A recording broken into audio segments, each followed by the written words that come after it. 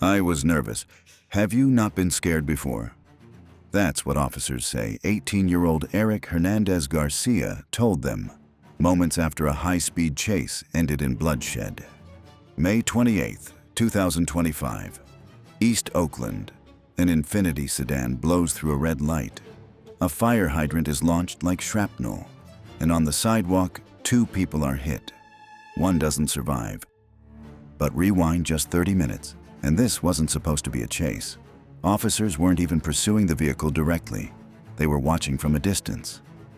What unfolded next would become one of the most devastating non-pursuit crashes in recent Bay Area history. And at the center of it all, a young man with no criminal record, limited mental capacity, and a decision that would cost someone their life. The bodycam footage reveals panic. The dashcam shows destruction. And the courtroom? Still waiting for answers. This is the story of a man who ran, a teacher who died, and a system struggling to figure out why. Viewer discretion is advised. The following footage contains graphic scenes and may be disturbing to some audiences. It started with a probation check-in.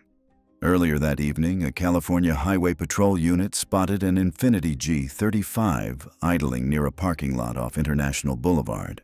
The vehicle matched the description of one involved in a prior evading case.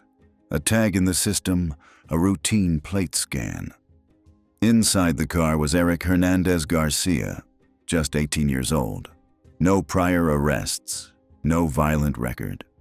A recent graduate of a continuation high school where he received special education services for cognitive disabilities and attention deficits. Diagnosed, documented. But now, in motion. Officers attempted to approach. No guns drawn, no lights flashing. But as soon as they neared, Hernandez-Garcia took off. Tires squealing, engine roaring. CHP didn't immediately pursue. Instead, they pulled back. Watched from above using aerial surveillance, hoping the driver would cool off. But that decision set the stage for what came next. According to his defense attorney, Eric was scared, confused, overwhelmed by the presence of law enforcement and unsure of what was happening.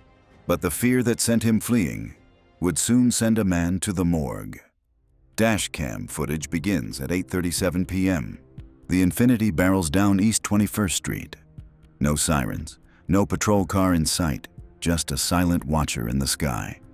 Still no units behind him, a CHP voice says over radio. Speed's increasing, 95 miles per hour, he's weaving. At one point, he pulls off near 5th Street, a residential neighborhood thick with parked cars. Officers close in, believing it's over. But Eric doesn't step out with his hands up. He throws the car into reverse, clips a civilian vehicle, then he slams it into drive and rockets forward. We've got a 1054. Suspect just struck a minivan. 2 blocks later, the Infiniti mounts the curb. A fire hydrant explodes from the ground, flung into the air like a missile. It strikes Marvin Boomer, a 56-year-old teacher walking with his partner, Nina Woodruff. I thought it was a bomb, she later told reporters. The sound, the force, he was just gone. The vehicle spins, crashes into a pole. Steam hisses from the engine. Eric stumbles out, tries to run, but officers are on him in seconds. Hands behind your back, don't move. He's on the ground, sobbing.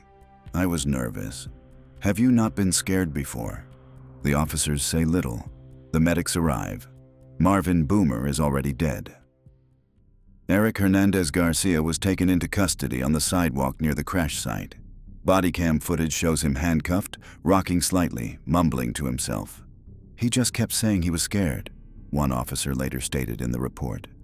At booking, Eric was visibly shaken. No signs of intoxication, no weapons, and no prior criminal history. But the damage was irreversible. Marvin Boomer, a longtime math teacher and football coach at Castlemont High, was pronounced dead at the scene. His partner, Nina Woodruff, sustained broken ribs, deep bruising, and long-term trauma. Eric was charged with vehicular manslaughter, felony hit and run, reckless evasion of police, driving without a license, The district attorney's office declined to offer bail, citing public safety risk and the potential for flight. His attorney painted a different picture. In court filings, they argued that Eric's neurocognitive disabilities severely impaired his ability to respond to stress. They've since petitioned for him to be transferred to mental health court, rather than face trial in a traditional criminal courtroom. This wasn't an evil act, the defense told reporters. It was panic. It was confusion. It was someone overwhelmed. But for Marvin Boomer's family, the grief is anything but abstract. Cases like these are tragic from all angles. Marvin Boomer was just a block from home, a beloved mentor, coach, and father figure to hundreds of East Oakland students. His death sent shockwaves through the school community. A memorial now stands near the hydrant that killed him. Eric Hernandez-Garcia remains in custody at Alameda County Juvenile Hall. The court has yet to decide whether he'll be transferred to adult criminal court or accepted into a treatment-based diversion program. The case has reignited debates over police pursuits, disability accommodations, and how fear, real or perceived, can turn fatal in a split second. He wasn't being chased, officials noted, but he was running. Whether the law will treat him as a reckless offender or a panicked young man in crisis remains unresolved.